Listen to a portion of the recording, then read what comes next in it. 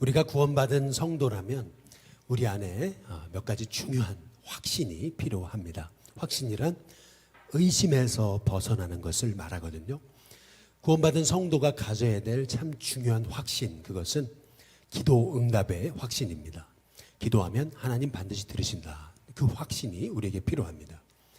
또한 우리가 구원받은 성도라면 성령님이 우리를 인도하신다. 성령 인도의 확신이 우리에게 필요합니다.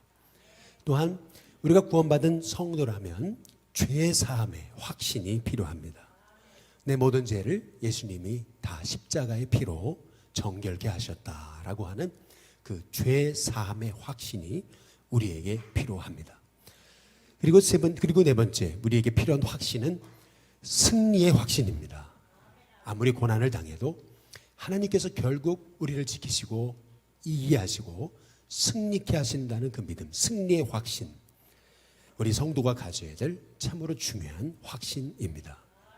저는 뭐니 해도 우리 성도들이 이 마지막 때 가져야 될 가장 중요한 확신이 뭘까라고 생각하면 결국 승리의 확신이 아닐까라고 하는 생각을 갖습니다.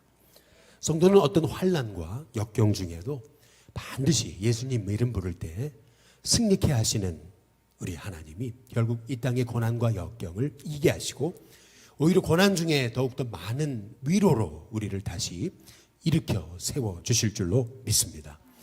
깊은 우물이라고 하는 뜻을 가진 데린쿠유라고 하는 터키의 아나톨리아 지방에 있는 갑바도기아의 이 데린쿠유라는 지하 도시를 혹시 아시는지 모르겠습니다.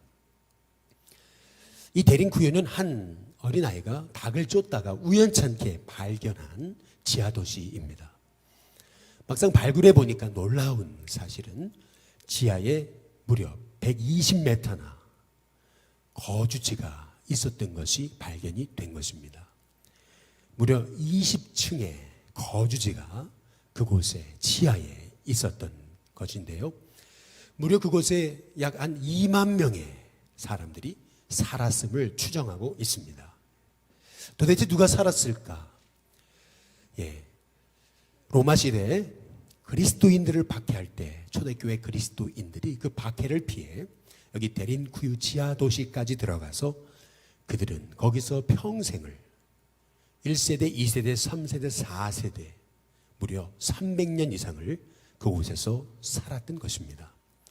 더구나 7세기 아랍 이슬람의 공격이 있을 때 성도들은 다시 그곳에 들어가 생명을 지키고 믿음을 지키면서 신실하게 믿음의 선한 싸움에서 승리했던 것을 볼 수가 있습니다. 그것은 빛이 잘 들어오지 않습니다. 그러다 보니까 비타민 D가 부족해서 구류병, 각기병 등 가진 질병에 시달려야 했지만 더구나 그곳은 많이 먹으면 오물이 많아지기 때문에 그래서 그곳에 큰 위험이 있을 수 있기에 그들은 아주 생활에 필요한 몸을 유지하는 데 필요한 기초 음식만 먹어가면서 평생을 거기서 이제 살게 되는 경우도 있었다고 그러는데요. 그렇게 고난의 환경 속에서 그 빛이 없는 그 지하 도시 속에서 그 열악한 환경이지만 그들은 그럼에도 불구하고 예수님 믿는 그 믿음, 그 신실한 예수님 바라보는 믿음을 놓지 않았다라고 하는 거죠. 오히려 그곳을 하늘 도성으로 삼아 그곳에서 찬송하고 감사하고 예배드리는 삶을 놓치지 않았다라고 하는 그 데린쿠유에 살았던 초기 그리스도인들의 모습을 보면서 우리는 이 마지막 때 우리가 어떻게 믿음으로 살아야 되겠는가라고 하는 참 너무나 귀한 믿음의 표본, 믿음의 모델을 보게 되는 것입니다.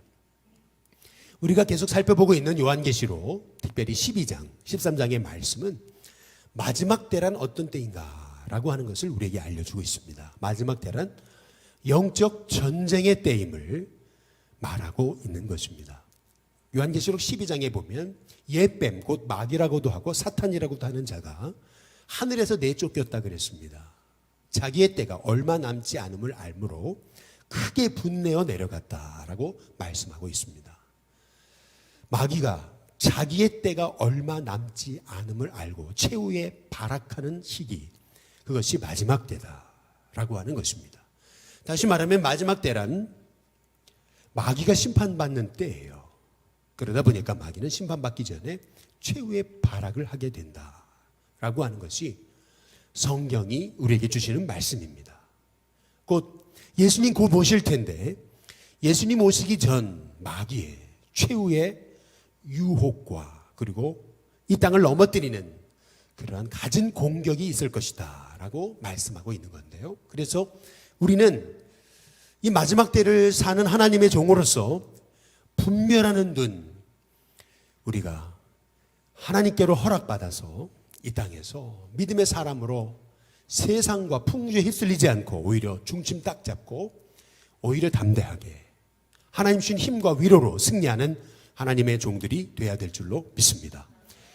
이 요한계시록 12장과 13장에서 말하는 이 마지막 때 마귀가 최후로 쓰는 그러한 세 가지 전략은 먼저 첫 번째, 성도를 참소하고 정죄하는 것이라는 것입니다. 요한계시록 12장 10절에 보면 우리 형제들을 참소하던 자, 밤낮 하나님 앞에서 참소하던 자가 마귀라고 말하고 있습니다. 참소한다는 것은 정죄한다는 것입니다.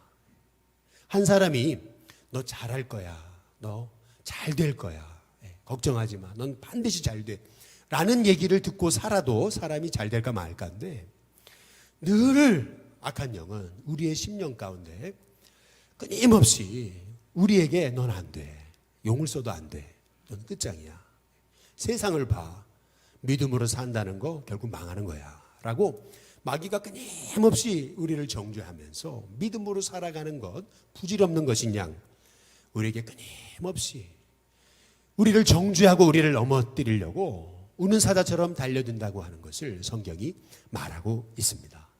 실은 마귀가 성도를 정죄하는 목적이 있습니다. 그것은 뭐냐면 성도를 무기력하게 하는 거예요.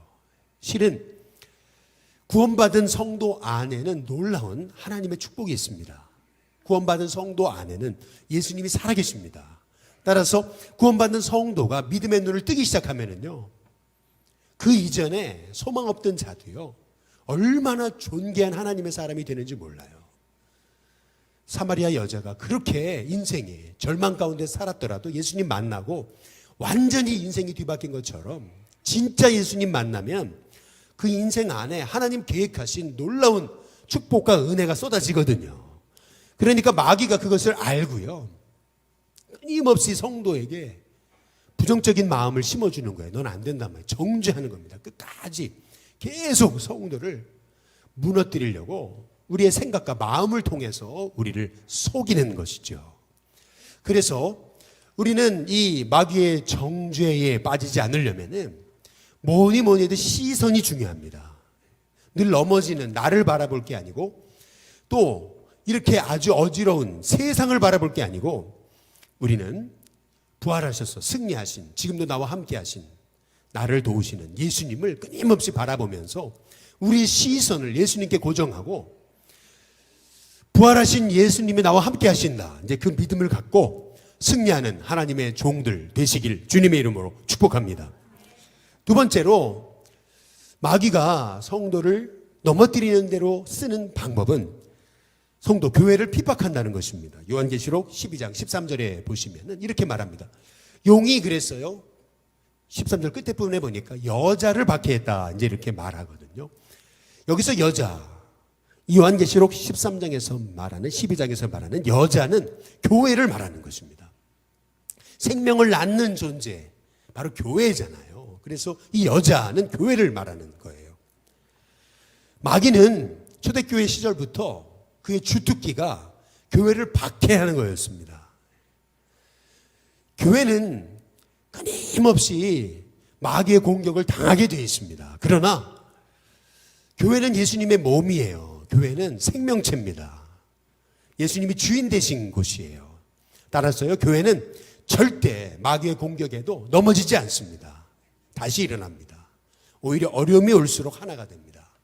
오히려 어려움이 올수록 더 강해져요. 그런 하나님의 은혜가 저와 여러분 가운데 있게 되시기를 주님의 이름으로 축복합니다. 그리고 세 번째로 마귀의 공격, 그것은 거짓 선지자를 일으켜 세상을 미혹할 것이라는 것입니다. 요한계시록 13장 14절에 보면은 이적을 행함으로 그랬어요. 누가 이적을 행하냐면은 주어가 누구냐면요, 거짓 선지자입니다. 이게 내일 여러분 새벽에 보실 말씀입니다. 거짓 선지자를 통해 거짓 선지자가 이적까지도 행하게 해서 결국 땅에 거하는 자들을 미혹한다라고 이렇게 이제 말씀하고 이제 있습니다. 미혹하는 이유, 그것은 뭐냐면 하나님의 사람이요, 구원의 눈이 떠져서 복음의 영광의 광채를 보기 시작하면요, 이 사람은 옛날 사람이 아니에요. 그 안에 엄청난 하나님의 계획하시고 놀랍게 섭리하신 비밀들이 그 안에 나타납니다. 그렇기 때문에 하나님의 자녀가 하나님의 영광의 광채를 못 보게 해야 돼요.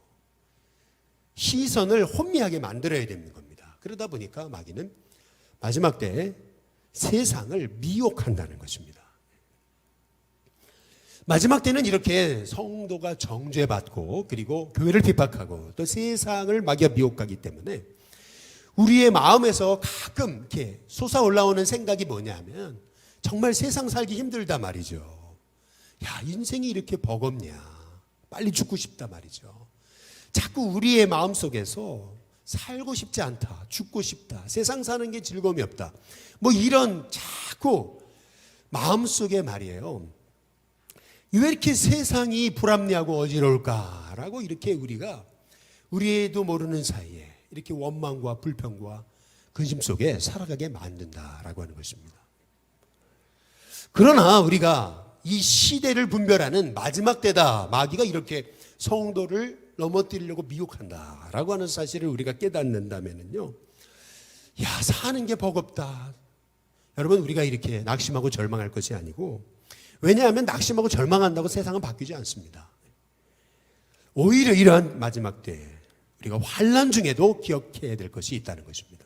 먼저 첫 번째는 환난은 일시적이다라고 말씀하십니다. 분명 마지막 때는 성경은 환난의 때다라고 말씀하십니다. 근데 그 환난은 영원하지 않다고 말씀하십니다. 요한계시록 13장 1절과 2절에 보면 바다에서 한 짐승이 올라오는 것을 요한이 봅니다. 여기서 참 성경이요, 이 번역이 참 대단해요. 단어 하나하나도 참 대단합니다. 그게 뭐냐면 바다에서 올라온 한 짐승이라고 그러잖아요. 우리가 사악한 인물을 짐승이라고 그러잖아요. 짐승 같은 놈 그러잖아요. 다시 말해서 이 바다에서 올라온 짐승은 하나님을 대적하는 존재입니다. 요한계시록 13장 1절 2절 다시 보시면은 뿔이 10이래요. 뿔만 10이고요. 머리는 7입니다. 근데 그 뿔에는 10개의 왕관을 썼고요. 그리고 머리에는, 7머리에는 하나님을 모독하는, 신성 모독하는 이름이 다 적혀 있습니다.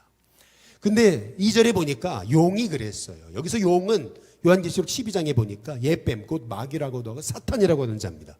근데 이 용이 자기의 능력, 그리고 보좌, 그리고 큰 권세까지 이 짐승에게 준 거예요. 다시 말해서 지금 이 짐승의 형상이 얘기하는 것은 뭐냐면은 이 짐승은 소위 세상 권세를 틀어잡고 세상을 좌지우지하는 것처럼 자기가 무소불위의 권세를 가지고 있는 것 같은 그러한 존재처럼 보인다라는 것입니다. 더구나 요한계시록 13장 3절부터 보시면은 그 머리, 그 짐승의 머리 하나가 상하여 죽게 된 것 같다 그랬습니다. 근데 다시 살아나요. 죽은 줄 알았는데 다시 살아납니다. 그랬더니 온 땅이 놀랍게 여기더라는 거예요. 역시 그러면서 짐승을 따를 뿐만 아니라 4절에 보니까 짐승에게 경배까지 합니다. 그러면서 뭐라 하냐면 누가 이 짐승과 같으냐라고 얘기한다라고 하는 것이죠. 작년에 코로나에 아주 증폭이 일어나면서 신천지에서 이만희가 엄청난 그 위기를 만나는 것 같이 보였습니다. 그런데 얼마 전에 여러분 그 판결이 났잖아요. 무혐의 말이죠. 그리고 또 수십억의 돈을 횡령했지만 그러나 솜방망이 처벌이 이루어졌죠. 그러면서 아마 이만희는 또 얘기할 겁니다. 내가 건재하다 말이죠. 난 안 죽는다 말이죠. 여러분 그 JMS라고 정명석, Jesus Morning Star라고 얘기하는 예수님 아침의 별, 새벽별, 그거를 다시 말해서 지저스 모닝스타, 자기가 바로 예수님과 같은 존재다라고 얘기하는 이 정명석이요. 얼마나 많은 사람을 유혹해가지고 음란으로 많은 사람을 얼마나 참 어려움에 빠뜨렸습니까? 그럼에도 불구하고 감옥에 들어갔다가 나왔잖아요. 그리고 건재하잖아요, 아직도. 나 건재하다 말이죠. 죽은 줄 알았어요. 죽는 줄 알았어요. 살아났어요. 김정은을 보세요.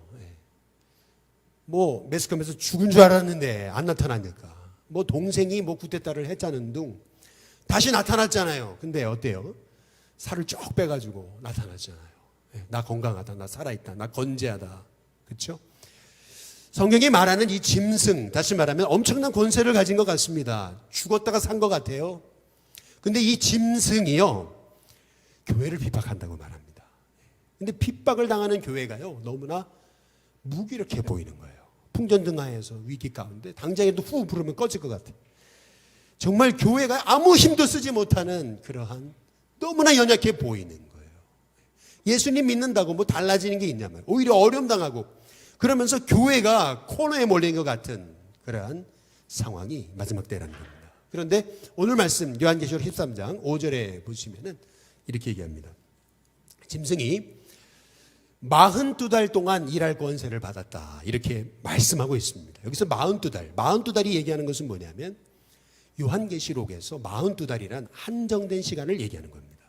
이 42달과 같은 표현은 한때, 두때, 반때를 얘기하는 겁니다. 3년 반. 다시 말해 마귀가 한 짐승에게 권세를 줘요. 무소불위의 권세를 사용하는 짐승이요. 마구 교회를 짓밟아요. 그것이 42달입니다. 그러나 그 42달이 의미하는 것은 이 땅의 고난, 교회가 당하는 고난, 성도가 당하는 환난, 이것은 영원하지 않다는 겁니다. 일시적이라는 거예요. 한정적인 시간, 잠시라고 하는 것입니다. 저와 여러분의 인생에 어려움이 있습니까? 그때마다 여러분 믿음으로 선포하십시오. 이 환난은 영원하지 않다는 겁니다. 이 환난은 일시적이다. 이 환난은 지나간다. 라고 하는 사실을 믿으면서 여러분 담대히 승리하는 우리 일신교회 성도님들 되시길 주님의 이름으로 축복합니다. 한번 따라해 보겠습니다. 환난은 지나간다. 여러분 이 환난 지나갑니다. 반드시 지나가게 되어 있습니다. 그래서 베드로전서 1장 6절에서 7절에 보면 베드로는 얘기합니다. 이제 너희가 여러 가지 시험으로 말미암아. 정말 시험은 여러 가지입니다. 정말 시험은요 상상치 못하게 여러 가지입니다. 그러나 그 여러 가지 시험으로 말미암아 성도도 근심하지만 그러나 그 근심은 잠깐이라는 겁니다. 잠깐은 근심하게 되지 않을 수는 없었으나 왜? 우리는 육을 가진 존재이기 때문에 환난이 오면 근심합니다. 그러나 오히려 크게 기뻐한다는 겁니다. 오히려 환난 중에도 하나님의 위로가 넘쳐서 오히려 환난 중에도 오히려 크게 기뻐할 수 있다는 겁니다. 그 이유는 뭐냐면 너희의 믿음의 확실함은 그랬습니다. 환난 중에도 흔들림이 없는 믿음이 있기에 금은 불로 연단하면 없어집니다. 그러나 믿음은 없어지지 않아요. 그래서 불로 연단하여도 없어질 금보다 더 그 믿음이 귀해서 예수 그리스도께서 나타나실 때에 고난 중에도 믿음 잃지 않고 승리한 하나님의 종들에게 하나님은 결국 칭찬과 영광과 존귀를 얻게 할 것이라고 말씀하고 계시는 것입니다. 우리가 기억해야 될 것은 뭐냐면은 여러분 성경은 기독교는 무속이 아닙니다. 예수님 믿는다고 만사형통 아닙니다. 예수님 믿는다고 무병장수 아닙니다. 예수님 믿는다고 부귀영화 아닙니다. 성경이 말하는 것은 뭐냐면 오히려 예수님을 제대로 믿으면 고난당하는 겁니다. 진짜 예수님을 잘 믿으면 오히려 세상에서 환난을 당한다. 여러분 이게 성경의 메시지입니다. 세상에서는 너희가 환난을 당하나 그러나 그 환난 중에도 우리 예수님은 담대하라고 말합니다. 내가 세상을 이겼노라. 오히려 믿음으로 살기 때문에 고난이 있습니다. 오히려 믿음으로 살기 때문에 손해봐야 되고 오히려 믿음으로 살기 때문에 억울한 일을 당합니다. 부당한 고난을 당합니다. 그러나 성도는요 그 고난 중에도 우리가 기억해야 될 말씀이 있습니다. 그것은 로마서 8장 18절이 다 함께 같이 읽어보겠습니다. 함께 있습니다. 시작. 생각하건대 현재의 고난은 장차 우리에게 나타날 영광과 비교할 수 없도다. 고난 중에 우리가 생각해야 되는 것, 그것은 뭐냐면 현재 이 고난은 장차 우리에게 나타날 영광과 비교하면 아무것도 아니다. 왜요? 하늘의 영광이 너무나 크니까. 하나님이 우리에게 허락하실 그 하늘의 영광이 너무나 놀라우니까요. 운동선수가 그렇게 먹는 것도 절제하고 그렇게 땀 흘려 숨이 넘어갈 것 같이 고생하며 운동하면서도 그 운동하는 기간을 참는 이유는 올림픽에 나가서 결국 금메달을 따는 그 영광의 그 시간을 바라보기 때문에 운동선수는 지금 어려움을 견디는 것입니다. 마찬가지로 땅의 영광도 이렇게 크다면 하늘의 영광은 얼마나 크겠습니까? 하늘의 영광. 하늘의 영광을 바라보는 사람이 성도예요. 그래서 현재의 고난은 잠깐이다. 장차 우리에게 나타날 영광은 정말 이 땅의 영광에 비하면 아무것도 아니다. 정말 놀랍고 크다라는 믿음을 갖고 하늘 영광 바라보며 살아가는 사람이 성도인 거예요. 이 하늘 영광을 바라보는 사람이라면은 로마서 8장 37절처럼 고백할 수 있는 거예요. 우리 같이 한번 읽어보겠습니다. 함께 읽습니다. 시작. 이 모든 일에 우리를 사랑하시는 이로 말미암아 우리가 넉넉히 이기느니라. 한번 따라해 보겠습니다. 넉넉히 이긴다. 왜요? 우리를 사랑하시는 분이 계시니까. 환난 중에도. 그래서 이 모든 이 환난 중에도 우리를 사랑하시는 그분 때문에 우리는 이 환난을 넉넉히 이긴다라고 말씀하고 있는 것입니다. 그래서 과거에 우리 믿음의 선조들은 어려움을 당할 때마다 불렀던 찬송이 있어요. 그게 뭐냐면 태산을 넘어 험곡에 가도입니다. 태산을 넘어 험곡에 가도 빛 가운데로 걸어가면 주께서 항상 지키시기로 약속한 말씀 변치 않네.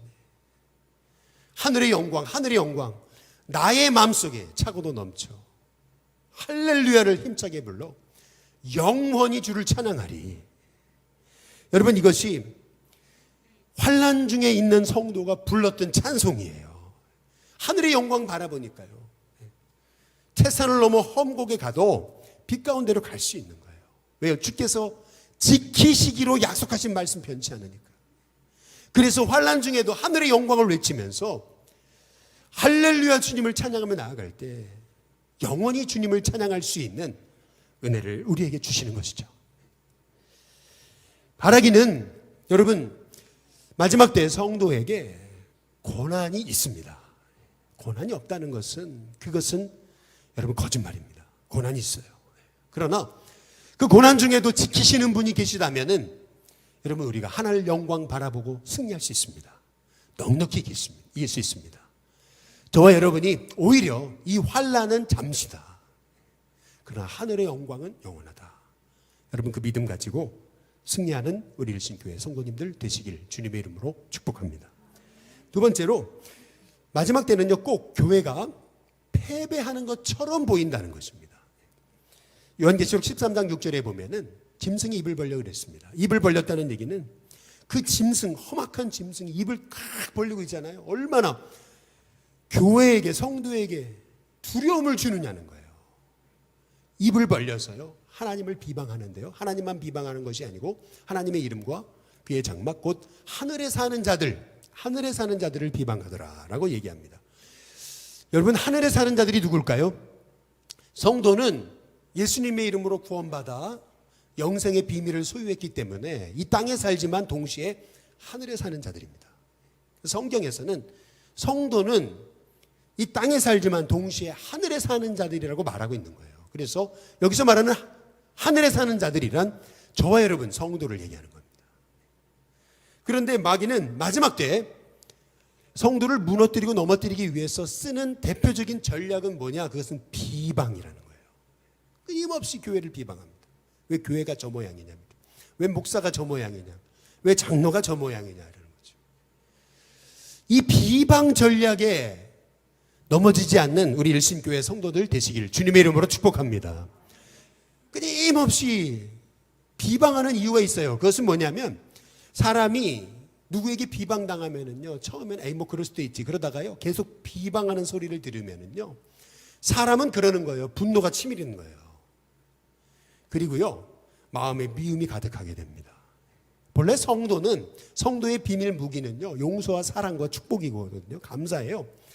그런데 자꾸 사람이 비방 앞에 서게 되면은 그 마음이 분노가 일어나죠. 나도 모르는 사이에 미움이 생기는 거예요. 그래서 결국 미움에 사로잡혀서 스스로 무너지는 거예요. 성도가 성도를 서로 비방하게 하고요. 성도가 목회자를, 목회자가 성도를, 그리고 세상이 교회를 비방하게 만들어요. 서로. 이걸로 세상 말로는 비방질이라고 해요. 서로 비방하는 거예요. 비방하게 만드는 거죠. 열심히 봉사하려고 그러면은요, 뭐라 그러냐면, 아이, 다 무슨 속셈이 있어 저러는 거지 라고 그러는 거예요.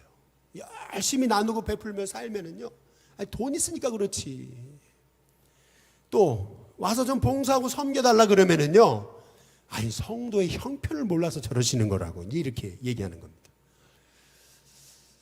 사실 생각지 못한 그런 비방을 듣게 되면은요, 꼭 마음에 불화살을 맞는 것 같습니다. 에베소 6장 16절에 보면 능히 이로써 모든 악한 자의 모든 불화살을 소멸하고 이렇게 얘기합니다. 다시 말하면 마귀가 쏘는 게 있어요. 그게 뭐냐면 불화살입니다. 무슨 불화살이냐면 정죄의 불화살, 원망의 불화살, 미움의 불화살, 음란의 불화살, 별의별 불화살을 다 쏩니다. 근데 불화살에 한번 맞으면은 가슴이 터져버리는 거예요. 정말 미쳐 죽을 것 같은 거예요. 복수하지 않으면 안 되는 거예요. 음란에 빠지지 않으면 안 되는 거예요. 집을 나가지 않으면 안 되는 거예요. 그러니까 사람이 이 불화살을 한번, 마귀가 쏘는 불화살을 한번 맞으면 정신을 못 차리는 거죠. 그래서요, 이 마지막 때에 꼭 교회가 패배하는 것 같아요. 여러분 놀라지 마시기 바랍니다. 정말 충격적인 말씀이 요한계시록에 나옵니다. 요한계시록 13장 한번 7절에 보시면 짐승이 또 권세를 받아 성도들과 싸워 어떻게 돼요? 이기게 됩니다. 성도가 져요. 이 짐승과 싸워 집니다. 성도가 넘어져요. 무기력합니다. 음란에 빠지고 교회가 서로 싸우고 분열하고, 그리고 교회가 본이 되지 못하고, 세상 사람들 손가락질 받고, 막 성도가 짐승과 싸워져요. 아니, 그런 말이 어디 있냐고요. 여러분 다니엘서 12장 7절에도 한번 보세요. 거기 보면 반드시 한때 두때 반때, 아까 말씀드렸죠, 42달 한때 두때 반때를 지나서 성도의 권세가 어떻게 됩니까? 다 깨진대요. 목사의 권위, 교회의 권위, 성도의 권위가 다 깨져요. 그렇게 되면 이 모든 일이 다 끝나리라. 마지막 때 꼭 교회가 패배하는 것처럼 보여요. 근데 그게 마지막 때 현상이라는 겁니다. 결국 주님 오신다라고 말씀하고 계십니다. 그거 구약 얘기고요. 그렇지 않습니다. 마태복음 24장 24절에 보면 예수님도 이런 말씀하셨습니다. 할 수만 있다면 택하신 자도 미혹할 것이다 라고 이렇게 말씀하고 있습니다. 택하신 자조차도 미혹받고 넘어지고 쓰러진다, 패배한다. 얼마나 무기력해 보입니까? 마지막 때는 꼭 성도가 너무 무기력해 보여요. 힘이 없습니다. 교회가 영향력을 잃어가는 것 같습니다. 하나님이 꼭 살아계시기도 하는 걸까라고 느껴질 정도로 그렇게 성도가 패배해요. 너무나 상황이 암담합니다. 절망적입니다. 이 한국교회 미래 어떻게 될까? 너무나 답답합니다. 그런데 여러분, 그게 마지막 때 현상이라는 겁니다. 그러나 기억하십시오. 예수님도 십자가 위에서 너무나 무기력해 보이셨잖아요. 아무것도 할 수 없인 것처럼 보였습니다. 그러나 우리 예수님은 그 십자가에서 그 무기력해 보이는 고난을 통해서 예수님은 결국 승리하셨습니다. 십자가에 죽으셨을 뿐만 아니라 3일 만에 부활하셔서 예수님은 이 땅의 모든 권세를 다스리고 계십니다. 마찬가지입니다. 여러분, 성도는 무기력해 보이고 넘어지는 것 같고 쓰러지는 것처럼 보이죠. 그러나 우리를 다시 일으켜 세우시는 분이 계시기 때문에 여러분, 교회는 아무리 무기력해 보여도 망하지 않습니다. 절대 교회는 쓰러지지 않습니다. 한번 잘 생각해 보십시오. 로마 시대에 로마가 그렇게 교회를 핍박했지만 교회가 무너졌습니까? 로마가 무너졌습니까? 일제시대 일본이 신사참배를 가지고 얼마나 교회를 핍박했습니까? 그런데 일본이 무너졌습니까? 교회가 무너졌습니까? 로마 시대, 로마 황제가 얼마나 교회를 핍박했습니까?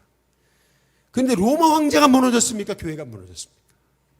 여러분, 결국 교회가 패배하는 것 같고, 교회가 환난당하는 것 같고, 교회가 무기력해 보여도요, 하나님은 교회를 다시 세우시는 줄로 믿습니다. 절대, 그래서 우리는 고난이 온다고 낙심하지 말아야 됩니다. 오히려 고난이 십자가의 흔적, 스티그마가 돼서 흔적, 복음의 흔적, 고난의 흔적을 가진 자로서 고난 중에도 강하여지고, 고난 중에도 담대해지고, 고난 중에도 하나님 약속 바라보고 승리하는 우리 일심교회 성도들 다 되시기를 주님의 이름으로 축복합니다. 마지막 세 번째로, 마지막 때는 이런 많은 환난 중에도 결국 성도가 인내와 믿음으로 반드시 승리한다라고 하는 말씀입니다. 한번 따라해 보겠습니다. 인내와 믿음으로. 마지막 때 성도의 주특기, 성도의 숨은 저력은 결국 인내와 믿음이 되어야 된다는 것입니다. 간혹 그러잖아요. 참을 만큼 참았다고 말이죠. 간혹 그럽니다. 나도 성질 있는 사람이라고, 나도 인간이라고, 나도 사람이라고, 나도 견딜 만큼 견뎠다. 그러면서 소위 그러죠. 자기의 그 인격의 밑바닥까지 다 내보이는 분들이 있습니다. 와, 나도 참을 만큼 참았다고 말이죠. 여러분, 이거는 마귀의 전략에 속는 것입니다. 결국 마지막 때는 인내의 때, 믿음의 때입니다. 끝까지 약속 붙들고 믿음 안에 서서 견디는 거예요. 근데 견딜 때 하나님 우리에게 견딜 수 있는 힘을 주십니다. 요한계시록 13장 10절에 보면 이렇게 얘기합니다. 사로잡힐 자는 사로잡혀 갈게 될 거라는 거예요. 칼에 죽을 자는 칼에 죽을 거라는 거죠. 어떤 이는 사로잡혀 가고 어떤 이는 죽임당한대요. 그런데 그 가운데도 성도들의 인내와 믿음이 바로 거기 있다라고 이렇게 말씀하고 계십니다. 아무리 성도가 어려움당하고 찢겨가고 환난당하는 것 같아도 그 가운데 성도는 딱 중심 잡고 인내와 믿음으로 승리한다라고 하는 약속의 말씀입니다. 진짜 성도라면 환난 중에도 오히려 믿음의 인내를 가지고 그 환난의 때를 승리하게 된다라고 말씀하고 계시는 것입니다. 여기서 중요한 단어는 인내와 믿음으로, 다시 말하면 믿음의 인내를 말하는 것입니다. 믿음의 인내. 오기의 인내가 아니고요. 오기로 버티는 게 아니고요. 믿음으로 버티는 거예요. 왜요? 보이지 않는 분을 보는 분으로, 지금 살아계시는 분으로 우리가 바라보고 있기 때문에 세상 사람들은 보이지 않는 하나님 볼 수 없지만 우리는 보고 있잖아요. 그러니까 우리는 믿음의 인내로 환난의 시기를 견디어내는 것입니다. 저는 참 부끄럽게도 신학교 갈 때까지 성경을 안 읽었습니다. 또 신학교 가서도 성경을 안 읽었습니다. 그래서 그런지 어려움과 환난과 역경이 오니까요, 혈기가 일어나고요, 그리고 방황하기 시작했습니다. 끊임없이 방황했습니다. 신학교 다니면서도. 그러다가 신학을 포기하려다가 군에 가서 성령 체험을 했습니다. 성령 체험을 하고 나니까요, 이 성령 체험을 한 사람들의 특징은 뭐냐면은 말씀을 빨아들인다는 겁니다. 말씀이요, 얼마나 귀한지요. 아니, 빨아들인다는 게 보다는 말씀이 읽혀지는 거예요. 말씀이 읽혀져요. 손에서 말씀이 떠나지 않아요. 그때 얼마나 사모했느냐면은, 그때 사모했던 말씀이 야고보서인데 1장 2절에서 4절의 말씀 보면은 너희가 여러 가지 시험을 당하거든 온전히 기쁘게 여기라 그러잖아요. 시험은 여러 가지인데 그때마다 온전히 기쁘게 여겨야 된다. 왜냐하면 이는 너희 믿음의 시련이 오기의 시련이 아닙니다. 믿음의 시련이, 믿음의 시련이 결국 인내를 만들어낸다. 인내를 온전히 이루어야 된다. 왜냐하면 이는 너희로, 인내는 온전하고 구비해서 조금도 부족함이 없는 딱 준비된 인격의 사람으로 만든다라고 말씀하고 있는 겁니다. 결국 이 말씀의 핵심은 뭐예요? 여러 가지 시험을 당해도 온전히 기쁘게 여기라는 거잖아요. 시험을 당해도 낙심하고 원망하고 불평하지 말고 오히려 기쁨으로 받아들여라 라고 말하는 거 아니에요? 이 말씀을 그냥 읽을 수만 없으니까, 읽고만 다닐 수가 없으니까, 군생활은 맨날 책을 어떻게 봅니까? 그러니까 그게 암송해 버리죠. 계속 암송하고 다니다가 하루는 이제 막사 뒤에 이제 선임병이 후임병을 모아놓고 이제 얼차례를 하죠. 저도 모르게요. 그러지 않은 것 같은데 얼굴에 웃음기가 있었나 보죠. 아니 네가 지금 내가 하는 게 우습게 보이냐? 그러면서 더 맞고 오히려 죽도록 맞는 거죠. 아니 믿음으로 살려 그러는데 왜 더 어려움이 올까? 그런데 그게 아닙니다. 결국에는요 하나님이 돕는 사람을 보내시는 거예요. 저는 군 생활을 처음에 최전방 철책선에서 했습니다. 낮과 밤이 바뀌어요. 밤에 근무하고요. 12시까지 자가지고 12시에 일어나서 점심 먹고 다시 이제 5일과 시작되는 겁니다. 뭐 최전방 철책선이니까 교회가 없습니다. 더구나 기도실도 없고 예배 드릴 곳은 없습니다. 뭐 월요일부터 주일까지요. 늘 아침에 잡니다. 12시에 일어나니까요. 밥 먹고 1시에 일과 시작하니까. 그러니까 예배 드릴 수가 없어요. 예배 드릴 곳이 없습니다. 하나님 어찌 하면 좋아요. 근데 참 놀랍죠. 그 사건 이후에 저녁에 한 고참이 저를 불러요. 그러더니 너 어디서 왔냐? 너 뭐 하다 왔냐? 물어보죠. 저 신학교 다니다 왔습니다. 그러니까 어이구 잘 됐네. 나랑 예배 드리자. 그래가지고 주일부터 예배가 시작되는 겁니다. 12시 기상인데 10시에 일어나자는 거예요. 네. 남 자는 시간에 예배 드리자. 식당에 앉아서 둘이 예배 드리는데 놀랍죠? 2명이 3명이 돼, 3명이 4명이 돼, 4명이 5명이 되고요. 결국에는요 길이 없는 것 같아도 우리가 믿음으로 살면요 하나님이 방법을 주세요. 안 될 것 같아도요 딱 믿음 지키면은요 하나님 도우세요. 사람을 붙여주시고요 생각지 못한 곳에서 샘이 터지게 하시는 거예요. 그래서 우리가 이 땅 가운데 믿음으로 살면서도 오히려 믿음으로 사는 것 때문에 더 어려움이 있고 환난이 있을지 몰라요. 그러나 흔들리지 마세요. 더 믿음이 굳게 섰어요. 필리핀 같은 곳은요 태풍이 와야 된대요. 태풍이 와야 그 찌뿌니에서 뿜어나오는 모든 그 공해가 사라지고요. 그리고 태풍이 와야 바다 깊숙한 곳까지 산소가 들어간대요. 바다를 다 휘저으면서 태풍이 거기에 산소를 공급한대요. 그러고 나면은 거기에요 다시 생명들이 살아나고 물고기가 모여들고 물고기가 막 자란다는 거예요. 오히려 태풍을 통해서 하나님 휘저으시는데 휘저으시는 것은 오히려 그 땅 깊은 곳까지 산소를 공급하시기 위함이라는 거죠. 마찬가지예요. 우리의 삶에 고난이 있어요. 어려움이 있습니다. 만사형통, 부귀영화. 여러분 성경은 그 얘기를 하고 있는 게 아니에요. 성경은 오히려 예수님 믿으면 고난이 있다는 거예요. 그러나 그 고난 중에도 믿음을 지키라는 거예요. 믿음을 지키면 결국 생각지 못한 하나님의 은혜가 그 안에 임한다는 거죠. 여러분 그 씨름에서 이제 밧다리가 있잖아요. 밧다리로 넘어뜨리려고 그러죠. 네. 그러면 어떻게 합니까? 밧다리로 다리를 걸어오면요 되치기를 하잖아요. 똑같습니다. 마귀가 우리를 밧다리 전략으로 넘어뜨리려고 그래요. 핍박과 환난, 유혹과 정죄로 우리를 넘어뜨리려고 그러죠. 그러면 어떻게 합니까? 우리는 인내와 믿음으로 말이에요. 되치기 전략을 하는 겁니다. 오히려 사랑하고 용서하고 감사하면서 오히려 되치기로 넘어뜨리는 겁니다. 되치기로 승리하는 거예요. 여러분 이것이 이 마지막 때를 살아가는 하나님의 종의 승리의 비결이에요. 반드시 밧다리, 마귀의 공격은 있습니다. 그러나 우리는 믿음에 서서 인내로 감사로 사랑과 용서로 말씀에 서서 흔들림 없이 되치기를 하는 겁니다.